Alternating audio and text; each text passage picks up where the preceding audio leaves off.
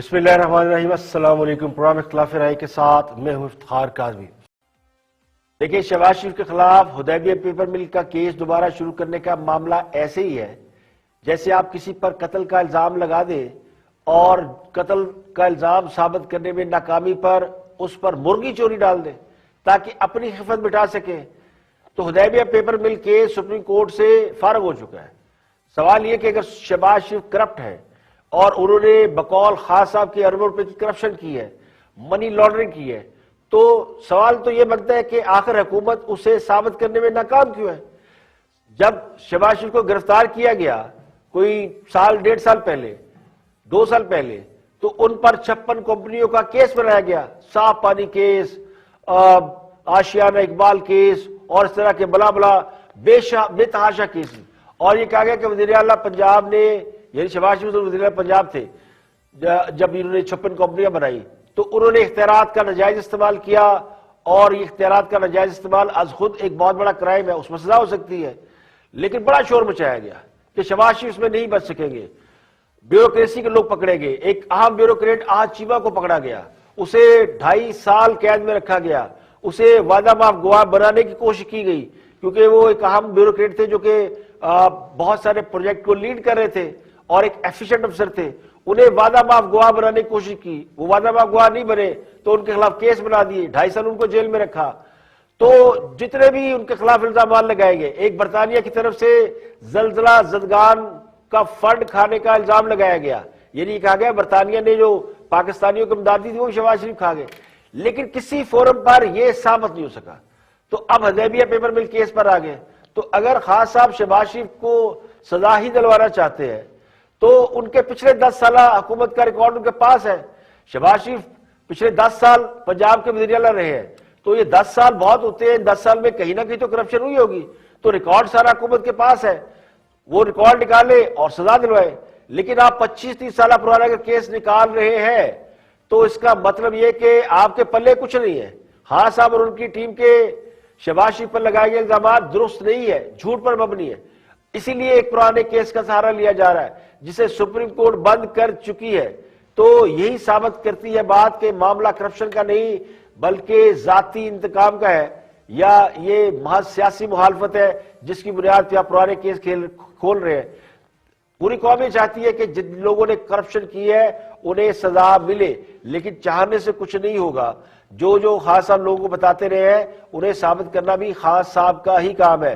خان صاحب نے اگر بغیر ایویڈنس کے الزام لگائے تھے تو پھر سمجھ لے کہ وہ الزامات جو ہے وہ کسی وقت انہیں خود بھی اس کا سامنا کرنا پڑے گا۔ کہنے والے تو کہتے ہیں کہ جب حکمران ایسے کاموں پر فوکس کر لیں جن میں نمود و نمائش زیادہ ہو یا آسان لفظوں میں دکھاوا زیادہ ہو تو سمجھ لے کہ کہانی مک گئی ہے یا دانے مک گئے۔ تو خان صاحب کے دورہ سعودی عرب اور وہاں سے ملنے والی خیرات و زکوٰۃ نے پاکستانیوں کا سر فخر سے بلند کیا ہی تھا کہ خان صاحب نے ایک بار پھر قوم کو یہ بتانا شروع کر دیا ہے کہ ان کی ناکامی کی وجہ ان کی یا ان کی ٹیم نہیں بلکہ چند طاقتور لوگ ہیں، اور اس ملک میں سب کچھ اچھا ہے، بس اپوزیشن بری ہے جسے خان صاحب کی خواہش کے عین مطابق سزا نہیں ملتی۔ اور جب تک طاقتور لوگوں کو یا ان کے سیاسی مخالفین کو سزائیں نہیں ملیں گی، وہ جیلوں میں نہیں ہوں گے، یا پھر سنجیاں ہو جن گلیاں تے وچ مرزا یار پھرے والی خواہش پوری نہیں ہوگی، اس وقت تک ملک کا نظام ٹھیک نہیں ہوگا۔ تو خان صاحب نے عوام سے 2 گھنٹے براہ راست ٹیلی فون پر گفتگو کی اور قوم کو یہ بتانے کی کوشش کی ہے کہ جاگتے رہنا ساڈے تے نہ رہنا۔ بظاہر خان صاحب نے فون کال پر عوامی سوالات کے جواب دیے، یعنی وزیر اعظم کے قوم کے ساتھ براہ راست رابطے میں، جس میں کہیں بھی یہ نہیں لگا کہ لوگ سوال کر رہے ہیں اور وزیر اعظم جواب دے رہے ہیں۔ خان صاحب وہی باتیں کر رہے تھے جن کا ذکر وہ ہمیشہ اپنی تقریروں میں کرتے ہیں، اور ان سے وہی سوال پوچھے گئے جو وہ سننا یا ان کے جواب دینا پسند کرتے ہیں۔ طاقتور اور غریب کے لیے الگ الگ قانون، مہنگائی کی ذمہ دار یا تو 18ویں ترمیم ہے یا پھر سابقہ حکمران ہے، اور پیٹرول جو ہے وہ صرف خان صاحب کی حکومت کی وجہ سے پورے خطے میں سستا ہے ورنہ بہت مہنگا ہے، اور قبضہ گروپوں، یہ ساری وہ باتیں جو خان صاحب اپنی تقریروں میں کرتے ہیں۔ اور اہم بات یہ کہ این آر او نہیں دوں گا، اور معیشت کے لیے انہوں نے قوم کو خوشخبری دی ہے کہ اب وہ ایک ایسا وزیر خزانہ لائے ہیں جو مہنگائی بھی چٹکی میں کم کر دے گا اور گروتھ ریٹ بھی بڑھائے گا. اب کیسے بڑھائے گا اور مہنگائی کیسے کم کرے گا، یہ خان صاحب نے نسخہ قوم کو نہیں بتایا. تو خان صاحب یہ فرماتے ہیں کہ اس ملک میں طاقتور کے لیے قانون الگ ہے اور عام آدمی کے لیے الگ ہے، اور یہ بات تو ہر پاکستانی کہہ رہا ہے. بلکہ جب سے خان صاحب اقتدار میں آئے ہیں اور وہ اس کی دہائی دے رہے ہیں کہ جی طاقتور کے لیے قانون الگ ہے اور عام آدمی کے لیے الگ ہے، اور 2.5 سال میں خان صاحب اس تفریق کو ختم نہیں کر سکے. صرف عوام کو جو ہے وہ اس کے بارے میں بتائے جا رہے ہیں، اور وہ اس لیے بتاتے ہیں کیونکہ نواز شریف، شہباز شریف اور زرداری یا ان کے جو جتنے سیاسی مخالفین ہیں ان پر خان صاحب نے جتنے بھی الزام لگائے تھے جلسوں میں، جلوسوں میں یا کنٹینر میں، اب ان الزامات کو وہ کسی بھی عدالت میں ثابت نہیں کر پا رہے. تو خان صاحب نے اپنے سیاسی مخالفین پر الزامات تو بے انتہا لگا دیے، لیکن لوگ ان سے سوال پوچھتے ہیں کہ خان صاحب لوگ پکڑے کیوں نہیں جا رہے، وہ جیلوں میں کیوں نہیں ہے، جو الزامات آپ لگاتے تھے وہ ثابت کیوں نہیں ہو رہے، جن کے بارے میں آپ یہ کہتے تھے کہ وہ قومی خزانے سے اربوں روپے لوٹ کے لے گئے ہیں تو وہ اربوں روپے واپس لے کر آئے، آپ ہمارے کسٹوڈین ہیں، پرائم منسٹر ہے، تو یہ آپ کی ذمہ داری ہے. لیکن 2.5 سال کی ناکامیوں کا جو جواب ہے وہ خان صاحب یہ دے رہے کہ جی وہ لوگ بڑے طاقتور ہیں. ان الزامات کو جو وہ اپنے مخالفین پر لگاتے رہے وہ ثابت نہیں کر سکے، کیونکہ بیشتر الزامات سیاستدانوں کے خلاف منفی پروپیگنڈے یا پھر سنی سنائی باتوں پر مشتمل تھے. یعنی جو باتیں لوگ کرتے تھے انہی باتوں کو خان صاحب نے الزامات کی شکل میں عوام کے سامنے پیش کر دیا. تو اب اس کا توڑ انہوں نے یہ نکالا ہے کہ ان کے جو سیاسی مخالفین ہیں بہت طاقتور ہیں. خان صاحب اگر سیاسی مخالفین طاقتور ہوتے تو نیب انہوں مہینوں قید میں رکھتی، کسی کو نااہل قرار دیتی، کسی کو حکومت سے نکالتی. تو سیاسی مخالفین کا حال تو یہ ہے کہ جہاں جہاں ان پر جو ثابت ہو رہا ہے یا ثابت نہیں بھی ہو رہا تو بھی انہیں سزائیں سنائی جا رہی ہے، تو بھی وہ قید میں ہے. لیکن جو اصل الزامات ہیں وہ ثابت کیوں نہیں ہو رہے؟ اور خان صاحب یہ کہہ رہے ہیں کہ جی میرے سیاسی مخالفین بڑے طاقتور ہیں، اور اس کے ساتھ ساتھ وہ قانون اور انصاف کی فراہمی کے ادارے جن میں عدلیہ بھی شامل ہے وہ بھی ان کے سامنے بے بس ہے. تو خان صاحب یہ ثابت کرنے کی کوشش کر رہے ہیں کہ ان کے الزامات تو سچے ہیں لیکن ان کی چل ایک نہیں رہی. وہ خود کو ایک طاقتور نظام کے سامنے ایک بے بس وزیر اعظم کے طور پر بھی پیش کر رہے ہیں، اور ساتھ ہی دوسرے لمحے میں ایک طاقتور وزیر اعظم بن جاتے ہیں جو یہ اعلان کرتے ہیں کہ وہ کسی کو NRO نہیں دیں گے. تو جو شخص اتنی طاقت رکھتا ہو کہ وہ طاقتوروں کو NRO نہ دے سکے تو وہ اتنا بے بس کیسے ہو سکتا ہے کہ وہ اپنے ان الزامات کو جنہیں وہ سچ سمجھتا ہے، جن کے بارے میں اس کے پاس ایویڈنس ہے، کیونکہ خان صاحب نے جتنی باتیں کی ہوگی وہ ایویڈنس کے بغیر تو نہیں کی ہوگی. یہ تو پوری قوم یہ سمجھتی تھی کہ خان صاحب جو باتیں کر رہے ہیں ان کے پاس اس کا ایویڈنس ہے، اور جب وہ اقتدار میں آئیں گے تو ان سب کو پکڑ لیں گے. کیونکہ جب اپوزیشن میں تھے تو یہ بات مانی جا سکتی تھی کہ حکومت طاقتور ہے اور خان صاحب اپوزیشن میں ہے اس لیے کچھ نہیں کر پا رہے. لیکن جب آپ خود حکومت میں ہیں، ایویڈنس آپ کے پاس ہے اور آپ انہیں کسی بھی پلیٹ فارم پر ثابت نہیں کر سکے تو یا تو یہ الزامات جھوٹے ہیں یا الزامات لگانے والے جھوٹے ہیں. اور اگر الزامات سچے ہیں تو انہیں ثابت کرنے میں جو ناکام رہے تو کیا اسے حکومت میں رہنے کا حق ہے؟ پاکستان کا مسئلہ جب سے میں جانتا ہوں، جس طرح میں اس کے ساتھ بڑا ہوا، ایک فیصلہ ہوا جسٹس منیر کا جب انہوں نے ڈاکٹرن آف نیسیسٹی کے تحت ایک مارشل لاء کو انہوں نے اجازت دے دی، یعنی کہ قانون کی حکمرانی کے بجائے طاقت کی حکمرانی آ گئی. تب سے یہ مسلسل ہمارے ملک میں جو رول آف لاء ہے، جو قانون، جو انصاف ہے، وہ آیا ہی نہیں. وہ اب ہر مارشل لاء میں ویسے ہی ختم ہو جاتا تھا. جب جو ڈیموکریٹس آتے تھے انہوں نے ویسے ہی، جو ڈیموکریٹس تھے ان کو تو قانون کی بالادستی قائم کرنی چاہیے تھی. یہاں ایک ڈیموکریٹک لیڈر نواز شریف نے ڈنڈوں سے سپریم کورٹ کے اوپر حملہ کیا اور اس جج بیچارہ اپنی جان بجا کے سجاد علی شاہ بھاگا، اور پھر باقی ججز کو پیسے دیے اس جج کو، چیف جسٹس کو باہر نکالنے کے لیے. تو جو پہلی دفعہ یہ جو شروع ہوا قانون کی بالادستی کی جنگ، وہ ہوئی جب کہ جنرل مشرف نے ایک چیف جسٹس کو نکالا، اور مجھے بڑا فخر ہے کہ میں نے اس میں پوری شرکت کی، میری اور میری پارٹی نے۔ میں وہ لیڈر تھا جس کو جیل میں ڈالا گیا، باقی لیڈرز دو تو مین تو پھر باہر بھاگ گئے تھے اپنے بڑے بڑے محلوں میں رہنے کے لیے۔ میں جو یہاں تھا مجھے اس نے جیل میں ڈالا کیونکہ میں اس چیف جسٹس کے ساتھ اس کے ساتھ کھڑا تھا۔ تب سے ملک میں تبدیلی آنی شروع ہوئی ہے۔ اب ہماری حکومت وہ ہے جو کسی قسم کی مداخلت عدلیہ کے نظام میں نہیں کرتی۔ میں آج فخر سے یہ کہتا ہوں کہ جو پہلی ڈیموکریٹک حکومتوں سے اور ہمارا مقابلہ نہ ہم نیب میں کوئی انٹرفیئر کرتے ہیں نہ اس میں، کیونکہ ہم قانون کی بالادستی چاہتے ہیں۔ لیکن میں صرف قوم کو آخری بات یہ کہنا چاہتا ہوں کہ یہ جہاد ہے۔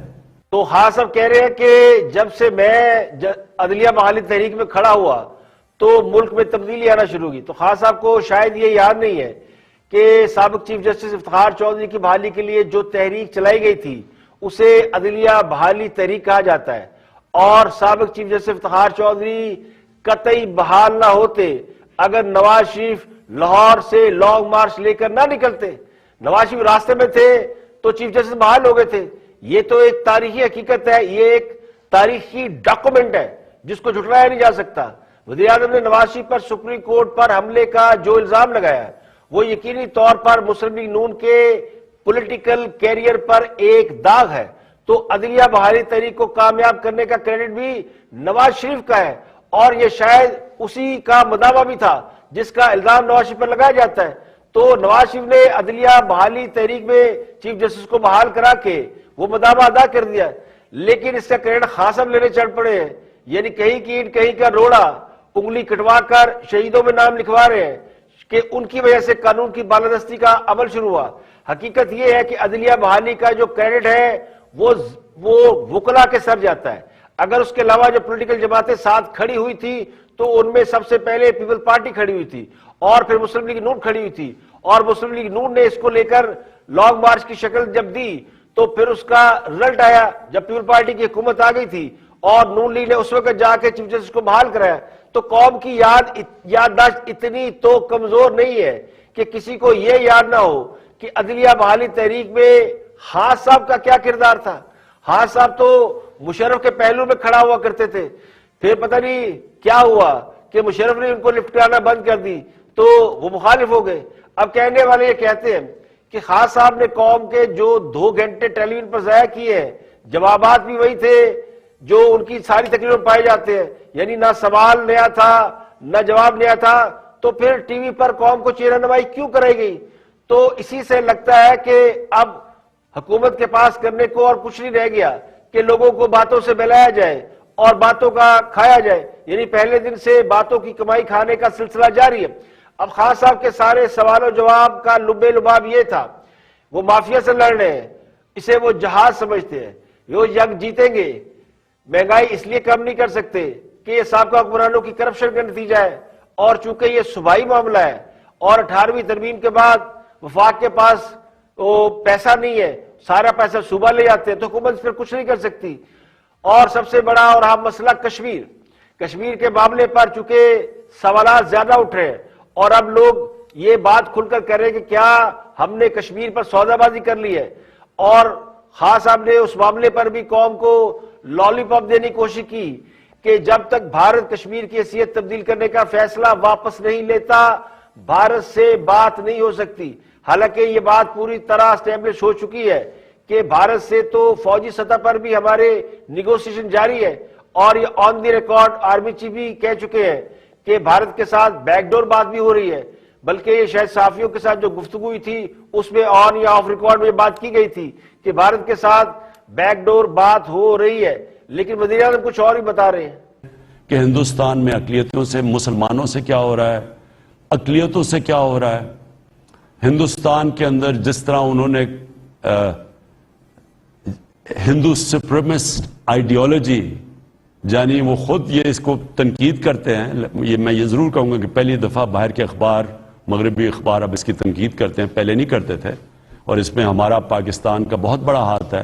ہم نے ہر فورم میں اٹھایا، ہمارا اس فورن آفس کا بہت بڑا ہاتھ ہے، انہوں نے پوری طرح ہم نے کیمپین کی، اور اس کی وجہ سے آج اویئرنیس ہے ساری باہر کہ یہ جو ایک ہندوتا، یہ جو ان کی RSS آئیڈیالوجی ہے، یہ بالکل ایک طرف مغرب کچھ کہہ رہا ہے کہ دنیا کو لیکچر دیتا ہے انکلوسیونیس اور ہیومن رائٹس کی، اور دوسری طرف بالکل اس کے خلاف ہے.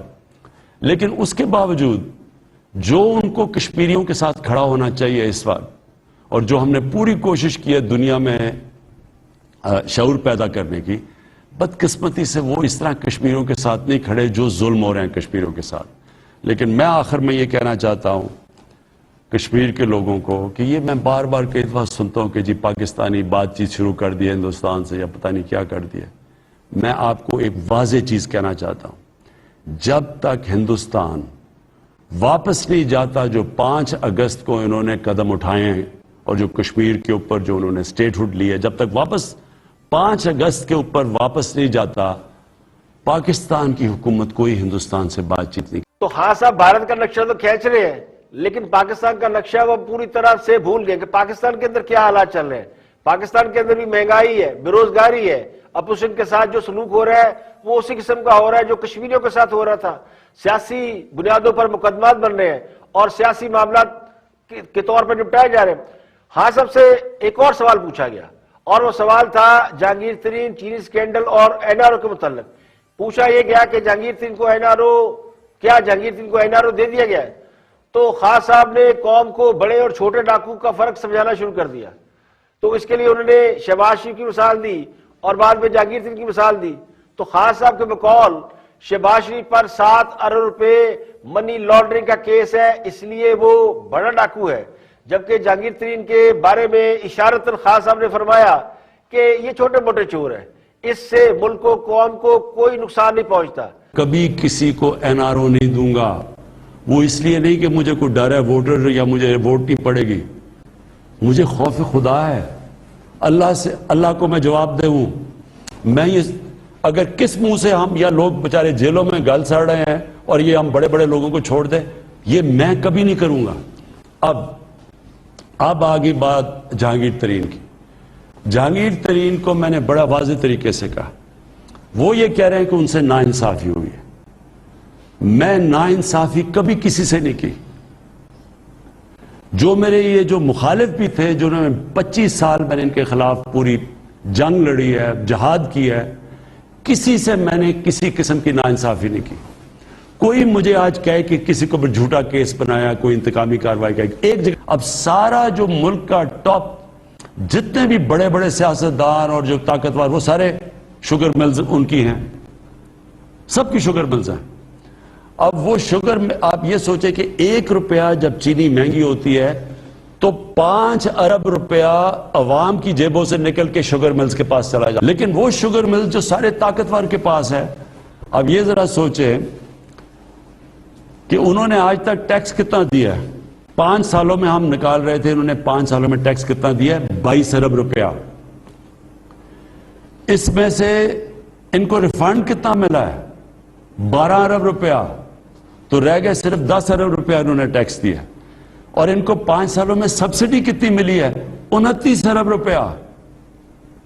یعنی کہ پاکستان کو یہ جو طاقتور ہیں، یہ کیونکہ یہ طاقتور ہیں، ایوانوں میں بیٹھے رہے ہیں، ان کے شریفوں کی بھی شوگر ملز ہیں اور وہ زرداری کی بھی شوگر ملز ہیں، نہ یہ ٹیکس دیتے ہیں. چینی جب چاہیے مہنگی کر دیتے ہیں. چینی بن جاتی ہے 3 مہینے میں، گنا جاتا ہے شوگر مل میں، چینی بن گئی، لیکن سارا سال چینی کی قیمت اوپر جاتی رہتی ہے. اس لیے ہم نے ان سارے مافیاز، یہ میرا وعدہ آپ سے، سارے مافیاز کے اوپر کوئی کسی سے رعایت نہیں ہوگی.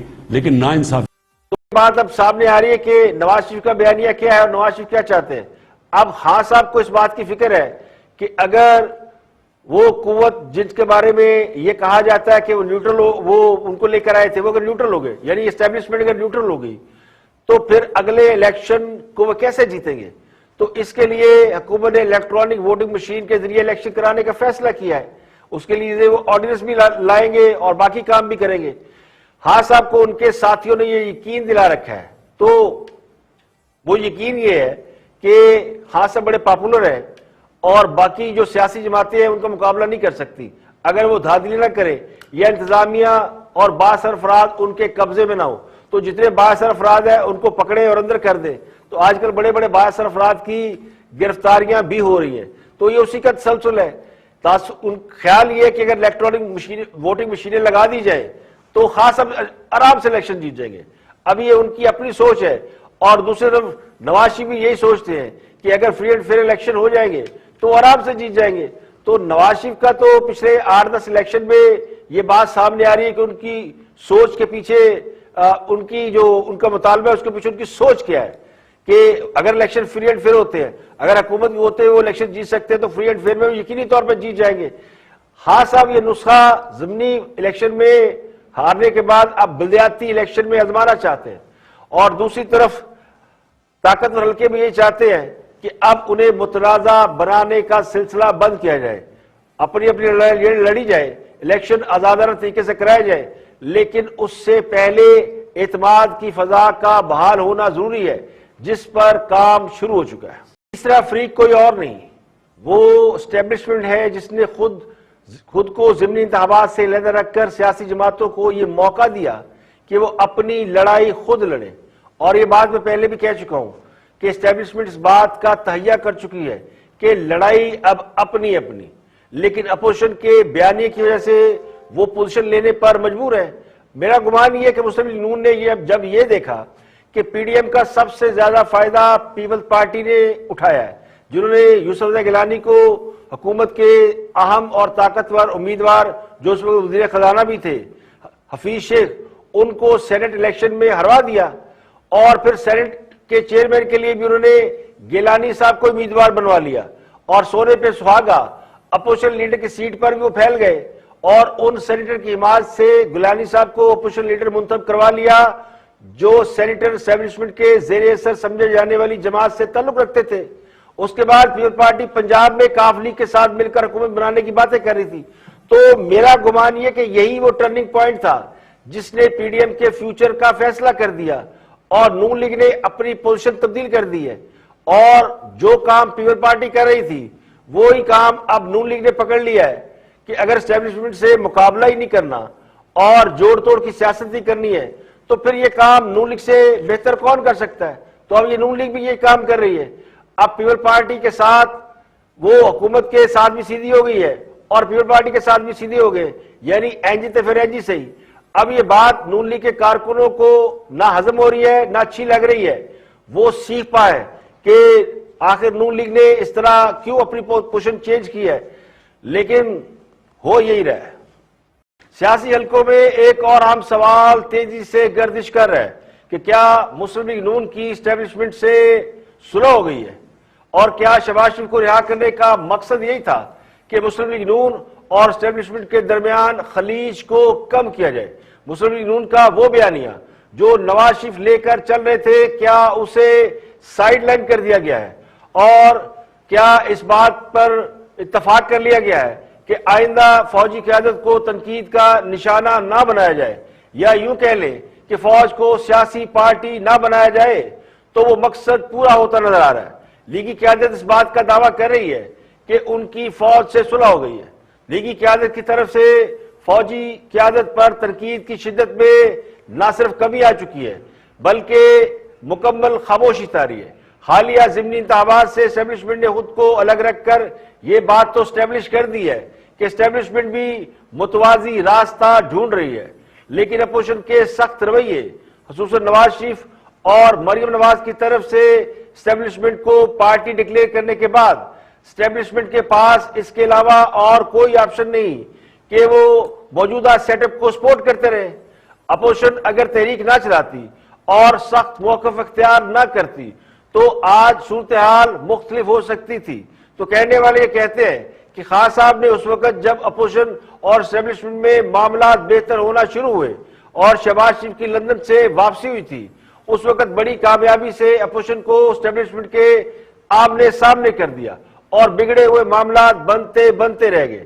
شہباز شریف کی ضمانت پر آئی اور انہیں باہر جانے کی اجازت دینے کے پیچھے آج دوبارہ وہی حکمت عملی کار فرما نظر آتی ہے کہ اسٹیبلشمنٹ کے ساتھ شہباز شریف ٹکراؤ نہیں چاہتے, اور شاید یہی پیغام لے کر وہ لندن جانا چاہتے تھے کہ پارٹی کے ہاکسز کو کنٹرول کیا جائے, یعنی پارٹی کا وہ ایلیمنٹ جو کہ نواز شریف کا بیانیہ لے کے چل رہا ہے یا جو اسٹیبلشمنٹ کو انتخابات میں دھاندلی کا ذمہ دار سمجھتا ہے، تو نواز شریف کا ووٹ کو عزت دو کا نعرہ بنیادی طور پر آئین اور قانون کی بالادستی اور اسٹیبلشمنٹ کے سیاسی کردار کے خلاف ہے، جسے اسٹیبلشمنٹ کے ساتھ ٹکراؤ یا تصادم سمجھا جاتا ہے۔ تو شہباز شریف ان کے ہم خیال گروپ کا خیال یہ ہے کہ اسٹیبلشمنٹ کو اس بات کا احساس ہے کہ تبدیلی یا تجربہ انہیں مہنگا پڑا ہے اور حکومت ڈیلیور نہیں کر پا رہی، تو اس کا وہ کھلے بند اظہار تو نہیں کر رہے، لیکن عملی طور پر حکومتی معاملات اور وزراء سے ان کی بیزاری چھپائی نہیں چھپ رہی۔ فوجی قیادت پر جاوید ہاشمی کی تنقید سے مسلم لیگ نون نے باضابطہ تردید کی ہے، اور اس آفیشل تردید نے اس تاثر کو اور مضبوط کر دیا ہے کہ مسلم لیگ نون اور اسٹیبلشمنٹ میں کچھ معاملات پر انڈرسٹینڈنگ ضرور ہو چکی ہے۔ جاوید ہاشمی کا بیانیہ نواز شریف کے بیانیے کا تسلسل سمجھا جا رہا تھا، لیکن پارٹی کی طرف سے اس کی باقاعدہ تردید یہ بتاتی ہے کہ اس بیانیے کو ایک بار پھر ہولڈ پر ڈال دیا گیا ہے۔ دوسرے حکومتی حلقوں میں بھی اس بات کی بھنک پڑ چکی ہے کہ شہباز شریف کی وجہ سے نون لیگ اور طاقتور حلقوں میں یعنی اسٹیبلشمنٹ میں جو تعلقات ہیں وہ بہتر ہوتے جا رہے ہیں۔ اسی وجہ سے یہ فیصلہ کیا گیا ہے کہ شہباز شریف کو ہر صورت بیرون ملک جانے سے روکنے کی کوشش کی جائے۔ ان کا نام ECL میں ڈال دیا گیا ہے، لیکن اس کی رسمی منظوری لی اور دی جا رہی ہے۔ تو خان صاحب اور ان کے ساتھی وزراء یہ سمجھتے ہیں کہ شہباز شریف اگر نکل گئے تو پھر یہ بات اسٹیبلش ہو جائے گی کہ نون لیگ کی اسٹیبلشمنٹ سے لڑائی ختم ہو گئی ہے، اور اگر شہباز شریف کو حکومت نے روک لیا اور باہر جانے نہ دیا تو حکومت اپنی ریٹ اسٹیبلش کر لے گی اور نواز شریف یقینی طور پر دوبارہ ری ایکشن دیں گے اور اسٹیبلشمنٹ پر دوبارہ تنقید کریں گے، اپنی توپوں کا منہ کھول دیں گے۔ مریم نواز جو ان دنوں زیادہ بات نہیں کر رہی ہیں وہ بھی دوبارہ میدان میں آ جائیں گی۔ اس لیے شہباز شریف کو کسی قیمت پر باہر نہ جانے دیا جائے۔ تو حکومتی حلقوں میں یہ تاثر موجود ہے کہ اگر شہباز شریف نکل گئے تو یہ تاثر پھیل جائے گا کہ ان کے اسٹیبلشمنٹ سے تعلقات ٹھیک ہو گئے ہیں، اسی لیے انہیں ایگزٹ مل رہا ہے۔ اگر نہ جا سکے تو وہ پارٹی کے ہاکسز کو قائل نہیں کر سکیں گے کہ اسٹیبلشمنٹ کے ساتھ ان کے تعلقات بہتر ہو گئے، تو یہ لڑائی جاری رہے گی۔